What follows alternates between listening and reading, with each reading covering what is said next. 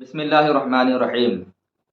طلاق کے علاوہ بھی بہت ساری چیزیں ایسی ہوتی ہیں کہ جس کی وجہ سے عورت اور مرد کا نکاح جو ہے وہ ختم ہو جاتا ہے۔ عام طور سے ہم یہی سمجھتے ہیں کہ جب شوہر طلاق دیتا ہے تو یہ رشتہ نکاح ختم ہوتا ہے، لیکن آئیے ناظرین، آج میں آپ کو بتاؤں کہ آپ اس غلط فہمی میں مبتلا نہ رہیں کہ شوہر طلاق دے گا تبھی طلاق ہوگی، بلکہ نہیں، بلکہ اس کے علاوہ اور بھی 7 چیزیں ایسی ہیں کہ جہاں پر شوہر کے طلاق دیے بغیر بھی ان چیزوں کی وجہ سے نکاح ختم ہو جاتا ہے اور دونوں ایک دوسرے کے لیے اجنبی ہو جاتے ہیں۔ تو ان 7 چیزوں میں سے کیا اس کی تفصیل ہے، وہ 7 چیزیں کون سی ہیں، انشاءاللہ تبارک و تعالی ساری چیزوں کا آج میں آپ کو بتاؤں گا۔ آپ سے گزارش ہے کہ پوری ویڈیو کو مکمل ملاحظہ کر لیں، اچھی لگے تو دوسروں تک شیئر بھی کریں۔ سب سے پہلی چیز کہ جس کے ذریعے سے نکاح ختم ہو جاتا ہے وہ ہے موت۔ یعنی اگر شوہر کا انتقال ہو جائے اور بیوی رہ جائے تو انتقال ہوتے ہی دونوں کا نکاح ختم ہو جاتا ہے۔ اسی طریقے سے بیوی کا انتقال ہو جائے، شوہر رہ جائے، تو اس صورت میں بھی یہ نکاح کا رشتہ فوراً ختم ہو جاتا ہے۔ تو پتہ چلا کہ دونوں میں سے اگر کسی ایک کا انتقال ہوتا ہے تو یہ انتقال نکاح کو ختم کر دیتا ہے۔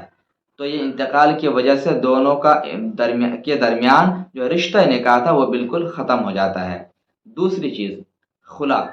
خلا کا مطلب یہ ہوتا ہے کہ اگر شوہر نارمل حالت میں یعنی کہ اپنے مرضی سے اپنے اختیار سے طلاق نہیں دے رہا ہے اور ان دونوں میں انبن ہو رہی ہے، بغیر طلاق کے ان کے پاس کوئی چارہ نہ ہو، کوئی آپشن نہ ہو، تو وہاں پر شریعت نے ایک آپشن رکھا خلا کا۔ خلا کا مطلب یہ ہوتا ہے کہ عورت شوہر کو کچھ رقم دے دے یا کچھ پراپرٹی یا کچھ چیز دے دے اور دے کر کے اس سے چھٹکارا حاصل کرے۔ اس کو شرع کی زبان میں خلا کہا جاتا ہے۔ تو یہ ایک پروسیس ہے کہ جس کے ذریعے سے عورت مرد کا رشتہ آپس میں ختم ہو جاتا ہے۔ تو یہ بھی ایک چیز ہے جس کے ذریعے سے رشتہ نکاح ختم ہو جاتا ہے۔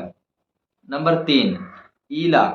ایلا کا مطلب یہ ہوتا ہے کہ اگر شوہر یہ قسم کھا لے کہ میں اپنی بیوی سے اتنے دنوں تک ملاقات نہیں کروں گا، اس سے ہم بستری نہیں کروں گا، تو اس صورت میں اگر وہ اپنے قسم پر کھرا اترے اور قسم کو پوری کر دے تو قسم پوری ہوتے ہی اور وہ وقت گزرتے ہی ان دونوں کے درمیان نکاح فسخ ہو جائے گا، ٹوٹ جائے گا۔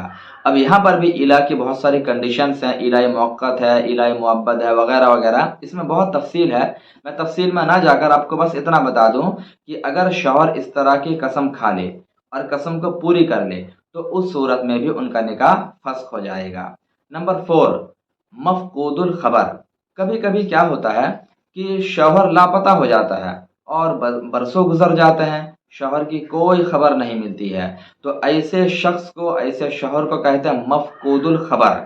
تو ایسے شوہر کے لیے یا اس کی جو بیوی رہتی ہے اس کے لیے حکم یہ ہوتا ہے کہ وہ بیوی شہر کے سب سے بڑے عالم دین یا مفتی یا قاضی کے پاس جائے اور جانے کے بعد اپنے حالات اور اپنے مقدمہ کو پیش کرے۔ پھر قاضی اپنے طور پر انویسٹیگیشن کرے گا، پوری معاملات کی چھان بین کرے گا، اور شریعت نے اس کے لیے تقریباً 4 سال کی ایج رکھی ہے، تو 4 برس تک یہ چھان بین کا پروسیس چلے گا۔ اس کے بعد پھر شرع نے قاضی کو جو اتھارٹی دیا ہے اس کا استعمال کرتے ہوئے قاضی ان دونوں کے نکاح کو فسخ کر دے گا۔ اب عورت پھر سے عدت گزارے گی، عدت گزارنے کے بعد دوسرے سے نکاح کر سکتی ہے۔ تو یہ بھی ایک طریقہ ہے کہ جہاں پر طلاق تو نہیں ہے لیکن پھر بھی دونوں کے درمیان نکاح کا فسخ ہو جانا یہ پایا جا رہا ہے، تو یہ بھی ایک طریقہ ہے جس کو شریعت نے ایکسیپٹ کیا ہے۔ نمبر 5 میں ارتداد۔ ارتداد کا مطلب یہ ہوتا ہے کہ عورت اور مرد میں سے اگر کوئی بھی مرتد ہو جائے، یعنی اسلام کے دائرے سے نکل جائے، خارج ہو جائے، تو ایسی صورت میں فوراً ان کا نکاح ختم ہو جائے گا۔ مان لیجئے شوہر یہ بیوی کو چھوڑ کر یہ مرتد ہو گیا، اسلام سے نکل کر کافر ہو گیا، یا عورت یہ مرتدہ ہو گئی، معاذ اللہ 7 بار معاذ اللہ، تو ایسی صورت میں فوراً ان کے درمیان نکاح فسخ ہو جائے گا، نکاح ختم ہو جائے گا۔ یہ بھی ایک چیز ہے۔ اچھا، 6 نمبر پر ہے رضاعت۔ رضاعت کا مطلب یہ ہوتا ہے کہ مان لیجئے کسی شوہر نے کسی عورت سے، کسی لڑکی سے نکاح کیا اور نکاح کرنے کے بعد اسے یہ خبر ملی، اور معتبر خبر ملی، معتبر اوتھینٹک خبر ہے کہ جس لڑکی سے اس نے شادی کی ہے وہ لڑکی اس کی دودھ شریک بہن ہے۔ یعنی بچپنے میں دودھ پینے کے زمانے میں کسی ایک عورت کا دونوں نے دودھ پیا، تو ظاہر سی بات ہے کہ دونوں دودھ شریک بھائی بہن ہو گئے، اور دودھ شریک بھائی بہن کا مسئلہ بھی وہی ہے جو سگے بھائی بہن کا ہے۔ جس طریقے سے سگے بھائی بہن میں شادی نہیں ہو سکتی ہے، ایسے دودھ شریک بھائی بہن میں بھی شادی نہیں ہو سکتی ہے۔ تو اگر انجانے میں شادی کر لیا اور شادی کے بعد یہ خبر ملی کہ وہ دودھ شریک بہن ہے، تو یہاں رضاعت کی وجہ سے وہ نکاح ختم ہو جائے گا اور دونوں ایک دوسرے کے لیے اجنبی کے حکم میں ہو جائیں گے۔ یہ 6 چیزیں ہو گئی، اور 7ویں نمبر پر ہے حرمت مصاہرت۔ اس کو کہتے ہیں حرمت مصاہرت۔ یہ بہت پیچیدہ مسئلہ ہے، اس کو بہت بغور ملاحظہ کریں۔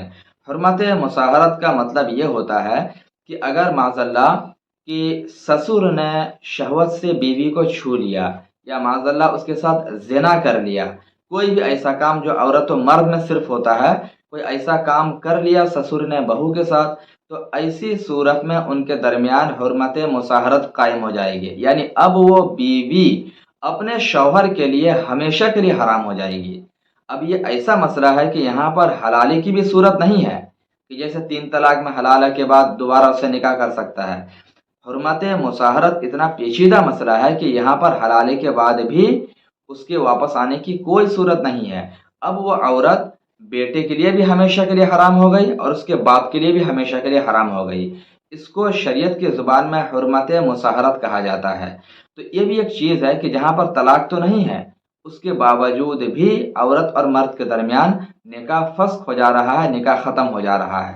تو یہ 7 چیزیں وہ تھی جو میں نے آپ کے روبرو پیش کی کہ جہاں پر بغیر طلاق کے بھی نکاح ختم ہو جاتا اور نکاح ٹوٹ جاتا ہے۔ یہ بہت باریک مسائل ہیں، ان چیزوں کو ہمیں بہت مائنڈ میں رکھ کر کے قدم اٹھانا ہے۔ خاص کر کے جو لوگ ابھی نیو شادی کرنے والے ہوتے ہیں یا جو شادی کر چکے ہیں، تو ان کو بہت اس مسئلے پر غور کرنا ہے کہ ہم سے کوئی ایسا کام نہ ہو جائے کہ جس کی وجہ سے ہم طلاق بھی نہ دیں اور ہمارا نکاح بھی ٹوٹ جائے۔ تو اس چیز کو بہت مائنڈ میں رکھیں اور شادی شدہ زندگی کو بہت کمفرٹیبل انداز میں گزارنے کی کوشش کریں۔